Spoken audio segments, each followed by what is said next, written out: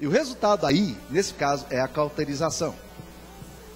Daqui um pouco, você vai fazer aquilo que faria mal para você, aquilo que incomodaria espiritualmente você, aquilo que arrebentaria no outro tempo a sua alma, mas que agora você é capaz de fazer. E o anormal passa a ser normal. O estranho passa a ser comum. Aquilo que era pecado agora tem outros nomes. Você arranja nomenclaturas feias, bonitas para coisas feias que você faz. E você se justifica nessa forma. A sua consciência, meu querido, ela pode chegar a um ponto em que ela não tem sensibilidade alguma mais para o Espírito Santo de Deus. Lembra quando a Bíblia fala da gente não apagar o Espírito de Deus em nós? Eu creio que quando a Bíblia nos fala sobre apagar o Espírito de Deus em nós, é exatamente isso. Quando o Espírito de Deus está dizendo, não vai, você diz, eu sei que está errado, mas eu vou fazer. E daqui a pouco você também não está achando que isso é errado, mas não, está tudo ok. E já vi coisas absurdas acontecendo com pessoas que faziam as coisas, mas elas nunca percebiam o mal que elas estavam fazendo. Então, meus queridos irmãos, se é verdade que existe culpa sem pecado, ou seja, aí no caso são pessoas hipersensíveis com mal, nós também podemos dizer que existe pecado sem culpa.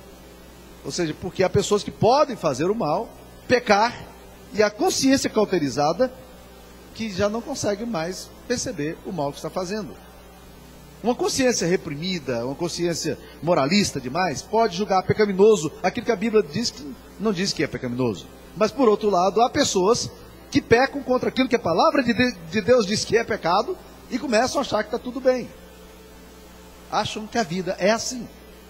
Acham que é por aí mesmo. Parece-nos que foi isso também que aconteceu na igreja de Laodiceia. Porque Jesus, escrevendo a carta à igreja de Laodiceia dizia, não, eu estou rico, eu estou abastada, eu não preciso de coisa alguma. E Jesus olha para ela e diz, você não sabe que você é pobre, você não sabe que você é miserável, você é cega, e eu te aconselho que de mim compres linho finíssimo para te vestir, e vestir a sua vergonha, a sua humilhação, porque você já não sabe que você é infeliz, pobre e miserável. Ah, como é complicado quando isso acontece com o nosso coração. Ah, como nós deveríamos nos assustar quando essas coisas que são pecaminosas estão vindo sobre nós e nós nos acostumamos e achamos que está tudo bem, quando não está bem. Quando nós estamos indo na linha da morte, perdendo a sensibilidade espiritual, deixando de entender o que Deus fala para nós, porque achamos que está tudo bem com aquilo que Deus diz não está bem. Nós precisamos aprender a cuidar da nossa consciência. Nós precisamos aprender a ter sensibilidade. Deus nos convida para isso. Esse texto aqui, o apóstolo Paulo, escrevendo a carta aos Coríntios, inspirado pelo Espírito Santo de Deus, ele fala também que a consciência, ela tem alguns elementos interessantes, porque a sociedade pode arguir a consciência e a pessoa não ser culpada. O versículo 4 ele fala, de nada me argui a consciência, contudo nem por isso me dou por justificado, pois quem me julga é o Senhor. O que o apóstolo Paulo está ensinando aqui, inspirado pelo Espírito Santo, é que a nossa consciência, porque nós somos seres em queda, ela é insuficiente para dizer exatamente o que é certo, o que é errado. A nossa consciência foi deturpada pela queda da raça humana. A nossa consciência, ela é violentada quando nós agimos pecaminosamente e procedemos nesse pecado. Fazemos muitas coisas que ferem a Deus e achamos que é normal. A consciência humana é um termômetro, mas não é a medida final de avaliação de certo e errado, porque se for uma consciência cauterizada, de nada está valendo. O apóstolo Paulo fala que de nada me argui a consciência, contudo, quem me julga é o Senhor. O critério final é o critério de Deus. Sua lei é a nossa única regra de fé e prática. Portanto, meus queridos irmãos, se você está achando que tem alguma coisa certa, com aquilo que você está fazendo contrário à palavra de Deus, você está pior do que você imagina. Me faz lembrar do reverendo Jacó Silva, que foi pai do reverendo Osiano, que foi pastor dessa igreja. Um dia ele estava dando uma aula para nós sobre dízimo. Não tem nada a ver com o assunto que a gente está falando, mas deixa eu comentar aqui. E ele tinha uma voz assim um pouco meio de taquara lascada, e falava assim meio fanhoso e muito duro no discurso dele. E ele um dia estava dando aula para os seminários. Tínhamos 150 seminaristas ouvindo a palestra dele sobre dízimo, sobre oferta, sobre contribuição para o reino de Deus. E um colega nosso levantou, e esse colega levantou-se lá e ele disse: reverendo, eu gostaria de dizer ao senhor uma coisa. Se eu, por exemplo, sinto no meu coração que eu tenho que pegar o meu dízimo e não trazer para a igreja, mas eu pegar o meu dízimo e levar para um outro lugar, ao invés de trazer para a igreja onde eu adoro, o que o senhor acha disso? Ele virou e disse assim: ó Bacharel, o que está escrito na palavra de Deus? Trazei, repita comigo, trazei todos os dízimos à casa do tesouro. Ele diz: portanto, a palavra de Deus está dizendo que é para trazer para a casa do Senhor. Se você sentiu de outra forma, sentiu errado. Pode sentar, bacharel. Está entendendo o ponto? Eu acho que alguns de nós estão precisando ouvir exatamente isso. Não, está tudo bem, pastor, está tudo bem.